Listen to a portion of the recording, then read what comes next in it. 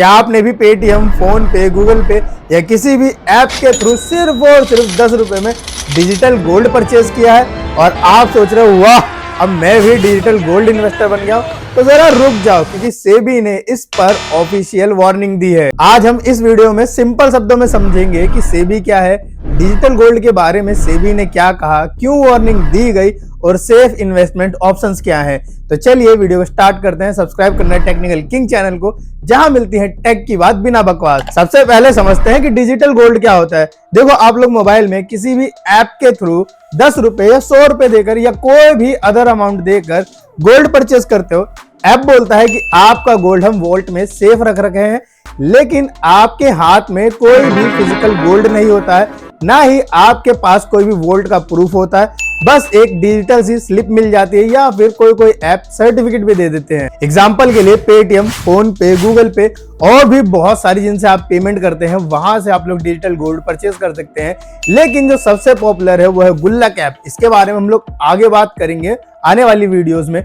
तो यहाँ पर इन सभी ऐप से आप लोग डिजिटल गोल्ड परचेज कर सकते हैं। तो सीधी सी बात यह है कि आप लोग गोल्ड परचेज करने के लिए पैसे तो देते हैं, लेकिन आपके हाथ में कोई भी फिजिकल गोल्ड नहीं होता है। ये गोल्ड आपके फोन में ही सेव रहता है। अब बात करते हैं सेबी क्या है। स्टार्ट करते हैं इसकी फुल फॉर्म से, जो कि है securities and exchange board of India, जो कि भारत का एक स्टैट्यूटरी रेगुलेटरी बॉडी है। इसके प्राइमरी गोल्स है जो भी सिक्योरिटीज में इन्वेस्ट करते हैं उनको प्रोटेक्ट करना, सिक्योरिटी मार्केट के डेवलपमेंट को प्रमोट करना और साथ ही मैल प्रैक्टिस और फ्रॉड्स को रोकना। तो सिंपल सी भाषा में ये समझो, अगर आप लोग सिक्योरिटीज में इन्वेस्ट करते हो, वहां पर आपके साथ कोई भी मिस हैपनिंग, कोई भी फ्रॉड होता है, तो डायरेक्टली आप लोग सेबी में जाके कंप्लेंट कर सकते हो और अपने हक की मांग कर सकते हो। बट यहाँ पर डिजिटल गोल्ड को लेकर सेबी ने डिक्लेयर किया, नवंबर 2025 में इन्होंने क्लियर वार्निंग दी है कि जो भी डिजिटल गोल्ड है वो सेबी के रेगुलेशन में नहीं आता है। इसका मतलब अगर कोई भी ऐप बंद हो गया या कंपनी गायब हो गई तो सेबी आपकी कोई भी मदद नहीं कर सकता है। यानी कि सेबी ने क्लियर वार्निंग दी है उन लोगों को जो भी पेटीएम, फोन पे या कोई भी डिजिटल ऐप के थ्रू डिजिटल गोल्ड परचेज करते हैं, उनके सर पे लटक रही है खतरे की घंटी। दिक्कत कहां पर आ रही है? डिजिटल गोल्ड सेबी के रेगुलेशन में क्यों नहीं है? देखो, सेबी के रेगुलेशन में शेयर्स या फिर म्यूचुअल फंड आते हैं।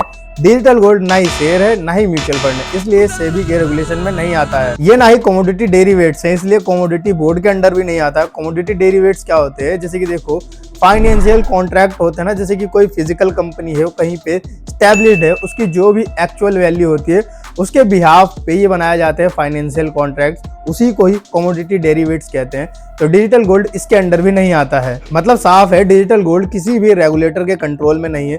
सो अगर ऐप या कंपनी कुछ भी गलत करे तो आपके पास कंप्लेंट करने के लिए कोई भी अथॉरिटी नहीं होगी। एग्जाम्पल के थ्रू समझो, जैसे कि अभी मार्केट में बहुत ज्यादा ट्रेंडिंग ऐप चल रहा है गुल्लक ऐप। आप यहाँ से 1000 रुपए का या कितनी भी अमाउंट का गोल्ड परचेज करते हैं, लेकिन 1 साल के बाद किसी भी वजह से ये ऐप बंद हो जाता है। अब ना ही आपको रिफंड मिल रहा है और ना ही गोल्ड आपको मिल रहा है, तो यहाँ पर कोई भी सेबी या आरबीआई आपकी हेल्प नहीं करेगा। साथ ही एक और दिक्कत भी होती है, जैसे ऐप कहता है आपको फिजिकल गोल्ड भी मिलेगा, लेकिन जब आप फिजिकल गोल्ड परचेज करने जाएंगे तो यहाँ पर आपको दिखाएगा डिलीवरी टेम्पररी नॉट अवेलेबल, या फिर डिलीवरी के टाइम पे मेकिंग चार्ज, डिलीवरी चार्ज, कई सारे चार्ज ऐसे लगा देगा जिससे आप लोग इसको मतलब मंगवाने की हिम्मत ही नहीं करेंगे। तो आप अपना गोल्ड फिजिकली मंगाने की बजाय डिजिटली फॉर्म में छोड़ देते हो।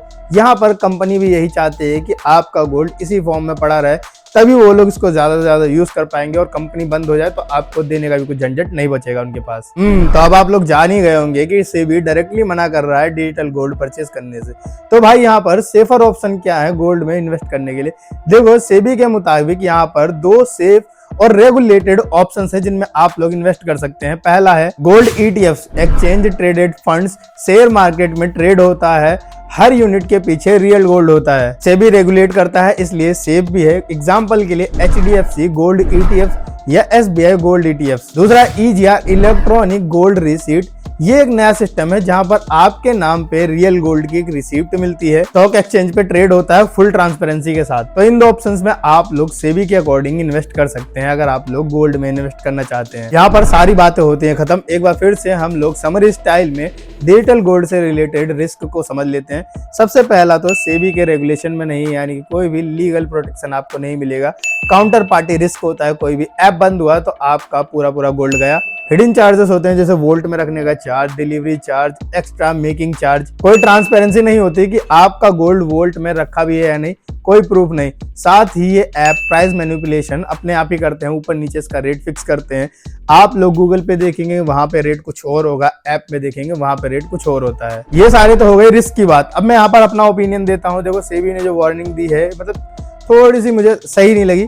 सेबी को वार्निंग देने की जगह जो डिजिटल गोल्ड है इसको अपने अंडर लेना चाहिए था, अपने रेगुलेशन में लेना चाहिए था, और उसके बाद डिजिटल गोल्ड परचेज करने के लिए लोगों को मोटिवेट करना चाहिए था। जैसे कि स्टॉक्स वगैरह में इन्वेस्ट करते हैं। देखो, कई लोग होते हैं जिनको स्टॉक्स में इन्वेस्ट करना अच्छा नहीं लगता, या उनको इतना ज्यादा दिमाग लगाना अच्छा नहीं लगता, वो लोग गोल्ड के तरफ ज्यादा भागते हैं। मतलब वहां पर गोल्ड में इन्वेस्ट करना उनको ईजी लगता है। बट जब फिजिकल गोल्ड लेने जाओ ना, वहाँ पे 10 रुपए का मिलता है, ना वहाँ 100 रुपए का मिलता है, ना वहाँ 1000 रुपए का मिलता है, और उसको सेव करके रखना बहुत ज्यादा मुश्किल हो जाता है, बहुत ज्यादा लफड़ा हो जाता है, मतलब काफी ज्यादा तामझाम हो जाता है। तो वहां पर गोल्ड वो इन्वेस्ट नहीं कर पाते हैं लोग। लेकिन डिजिटल गोल्ड जब से आया है, लोग 10 रुपए, 100 रुपए, 1000 रुपए देके इन्वेस्ट करते हैं, ईजी पड़ जाता है, कोई भी फिजिकल गोल्ड रखने की जरूरत नहीं होती है। तो मतलब काफी ज्यादा टाइम, समय और बहुत सारी चीजें मतलब इसके अंदर अच्छी अच्छी मिल जाती हैं। तो यहाँ पर सेबी को इसको मतलब वार्निंग देने की बजाय अपने अंडर में लेना चाहिए था और लोगों को मोटिवेट करना चाहिए था। इससे देखिए, मतलब एक आम सामान्य नागरिक भी इन्वेस्ट करने के लिए मोटिवेट होते हैं और ज्यादा से ज्यादा लोग इनके अंदर इन्वेस्ट करते हैं, और वो अपनी मतलब सेविंग करने की एक स्किल है उसको ज्यादा इंप्रूव कर पाते हैं, अपनी स्पेंडिंग्स को रेगुलेट कर पाते, एक हेल्दी हैबिट डेवलप कर पाते। तो यहाँ पर सेबी ने अभी फिलहाल सबको डरा दिया है, तो सारे के सारे डी इन्वेस्टमेंट करने में लगे हुए हैं। मेरा मानना यह है कि यहाँ पर इसको प्रमोट किया जाना चाहिए था रेगुलराइज करके। तो आपका इस पे क्या मानना है, कमेंट बॉक्स में कमेंट करके जरूर बताना। वीडियो पसंद आए तो लाइक कर देना, और हाँ, अगली बार कोई बोले कि सिर्फ 10 रुपए में गोल्ड परचेस करो तो सोच लेना, हर बार चीप इन्वेस्टमेंट सेफ नहीं होती। मिलता हूं आपसे अगली वीडियो में, जिसमें हम लोग गुल्लक ऐप के बारे में सभी चीजें बात करेंगी कि ये ऐप आपके इन्वेस्ट करने के लिए सेफ है, क्या इस पे मैटर होता है, और मैंने अपने पर्सनल एक्सपीरियंस से इसमें क्या सीखा है। तो bye bye, tata and take care.